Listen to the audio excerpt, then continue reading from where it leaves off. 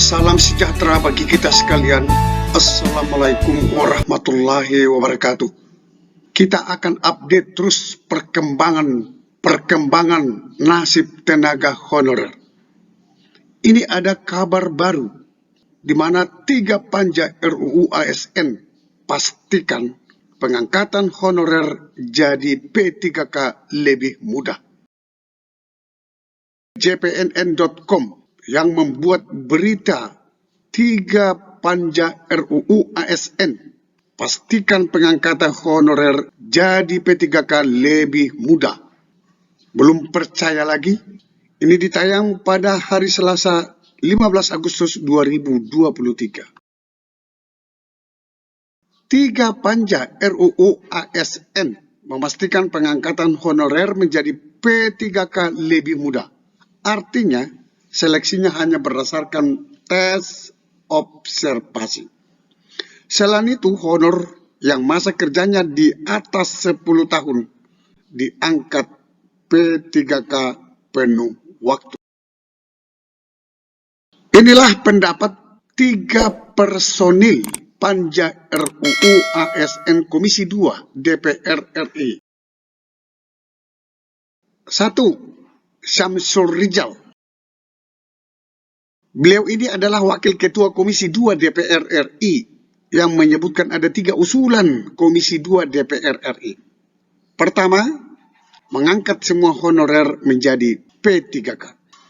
Usulan yang kedua adalah mengupayakan agar ada dana pensiun untuk P3K.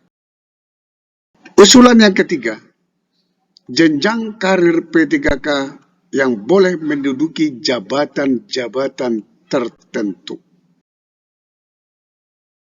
Pendapat dari anggota panja Haji Muhammad Rifki Nizami.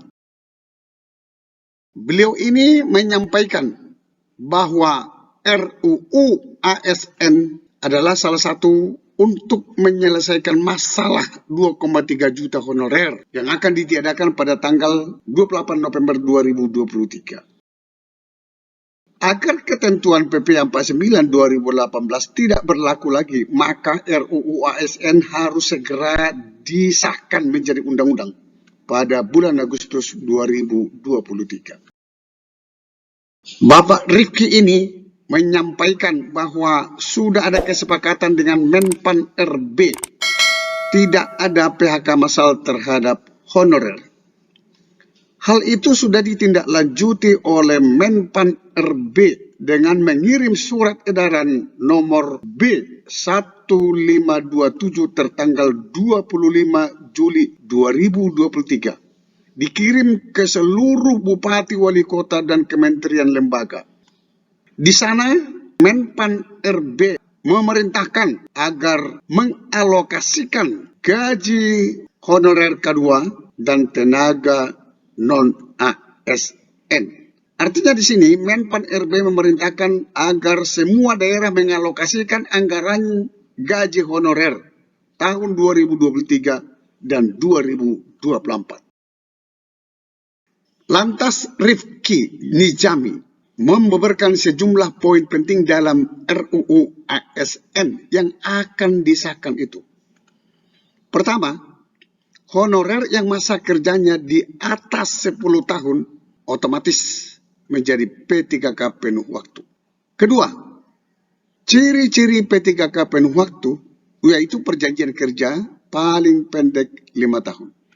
Ketiga, P3K paruh waktu adalah P3K yang dikontrak per tahun dan diperpanjang setiap tahunnya. Contoh, satpam, petugas kebersihan, supir akan diarahkan kepada P3K paruh waktu sebab pekerjaan tersebut tidak ada eselonnya.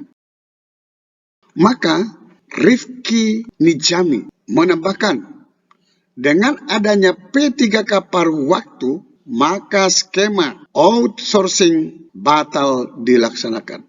Artinya, semua tenaga honorer akan di bawah pemerintahan, bukan di bawah swasta. Yang ketiga, Bapak Mardani Alisera. Beliau ini adalah anggota Panja RUU ASN Komisi 2 DPR RI yang menyampaikan berusaha menggiring honorer K2 menjadi P3K penuh waktu. Untuk pengangkatan honorer K2, tenaga administrasi, ini tenaga administrasi ya, untuk pengangkatan honorer K2 tenaga administrasi menjadi P3K penuh waktu, hanya dites dengan tes observasi. Artinya teman-teman, bukan langsung diangkat begitu, tetapi ada tesnya. Sekarang ini kan tidak bisa diangkat menjadi P3K kalau tanpa tes. Tetapi honorer K2 tenaga administrasi hanya dengan tes observasi, bukan cat. Dengan catatan honorer tersebut masih bekerja sampai saat ini.